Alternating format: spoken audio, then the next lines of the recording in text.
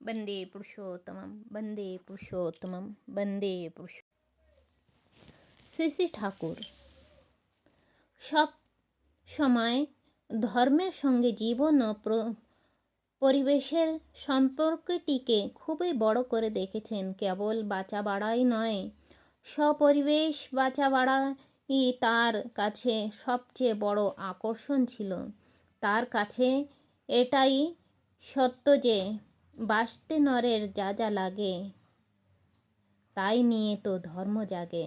সুতরাং নর অর্থাৎ মানুষের বাঁচা বাড়ার জন্য যা যা লাগে তাই নিয়েই যদি ধর্মের জাগরণ হয়, তাহলে সে সবের মধ্যে পরিবেশটাই প্রধান হয়ে ওঠে।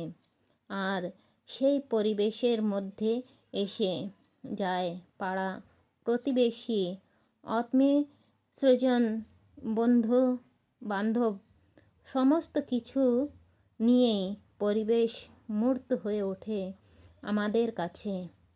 আমাদের প্রতিদিনের বাঁচা বাড়ার স্বার্থের সঙ্গে যুক্ত হয়ে জীবনের কাছে প্রতি অবশ্যই অতি প্রয়োজনীয় হয়ে ওঠে।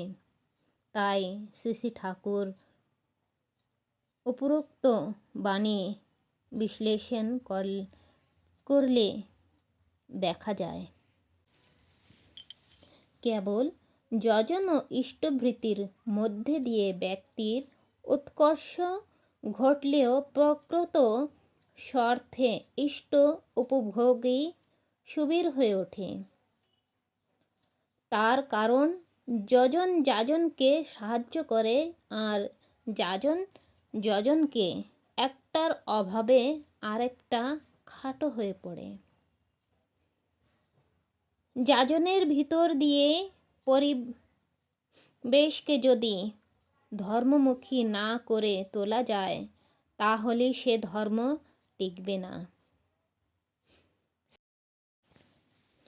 শ্রী শ্রী ঠাকুরের মতে পরিবেশ আমাদের জীবনের প্রধান অঙ্গ। এই পরিবেশ সম্বন্ধে আমরা যেদিন থেকে উদাসীন হয়েছি, সেদিন থেকেই আমরা ধর্মভ্রষ্ট হয়েছি অনেকখানি। তাই শ্রী শ্রী ঠাকুরের অভিমত এই যে ব্যক্তিগতভাবে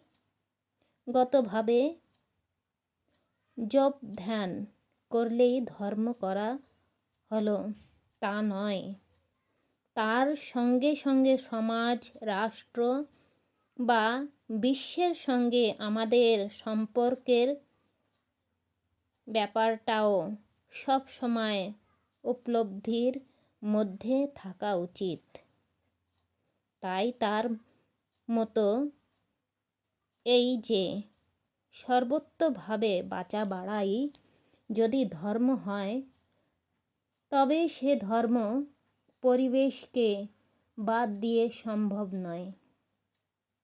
আর ধর্মের সঙ্গে মানুষের সর্বাঙ্গীন জীবন বৃদ্ধির ধারাটি যুক্ত না থাকলে তাকেও ধর্ম বলা যায় না। জয় গুরু।